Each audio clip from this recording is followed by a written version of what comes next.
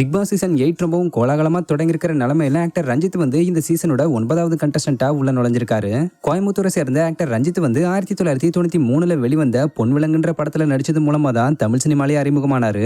இவர் தன்னுடைய முதல் படத்திலேயே சிறப்பான ஒரு ஆக்டிங்கை வெளிப்படுத்தி மக்கள் பலருடைய மனசுலயும் இடம் பிடிச்சதுனால சினிமாவில் தனக்குன்னு ஒரு வழித்தடத்தை உருவாக்குனாரு.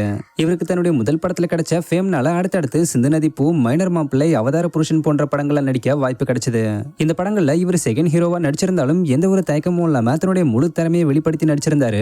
இது மூலமா இவருக்கு தமிழ்ல மட்டும் இல்லாம மலையாளம் மற்றும் தெலுங்குல கூட நடிக்க வாய்ப்பு கிடைக்க ஆரம்பிச்சது.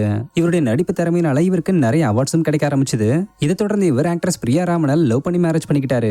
இவர் தன்னுடைய வாழ்க்கையில ஏற்றங்களை மட்டுமே பார்க்கல, நிறைய சர்க்கிள்களையும் சந்திச்சிருக்காரு. அந்த வகையில தான் இவர் டைரக்ஷன் பண்ணி நடிச்ச பீஸ்மர் என்ற மூவி மிகப்பெரிய தோல்வி அடைஞ்சு சினிமால இருந்து கிட்டத்தட்ட ஃபீல்ட் அவுட் ஆயிட்டாரு. அதுக்கப்புறம் இவர் அரசியல் மற்றும் ஜாதி போன்ற விஷயங்கள்ல கவனம் செலுத்த ஆரம்பிச்சு அதிமுகவிலையும் தன்னை இணைச்சுக்கிட்டாரு. இதை தொடர்ந்து பல சர்ச்சைகள்ல சிக்கிட்டு வந்த ஆக்டர் ரஞ்சித் ரீசெண்டா ரிலீஸ் ஆன கவுண்டம்பாளையம் படம் மூலமா பல வருஷம் கழிச்சு தமிழ் சினிமால ரீ என்ட்ரி கொடுத்திருக்காரு. இந்த நிலையில பிக் பாஸ் சீசன் 8லயும் இவர் கலந்திருக்காரு. சோ பிக் பாஸ் வீட்டுக்குள்ள போயிருக்கிற ஆக்டர் ரஞ்சித் கண்டஸ்டன்ட்டை எப்படி எதிர்கொள்ள போறாரு, அங்கேயும் போய் தன்னுடைய அரசியல் விஷயங்களை பேசுவாரா, இல்லனா அதுல இருந்து வெளியே வந்து தன்னுடைய வேற முகத்தை காட்டுவாரான்றத வெயிட் பண்ணி பார்ப்போம்.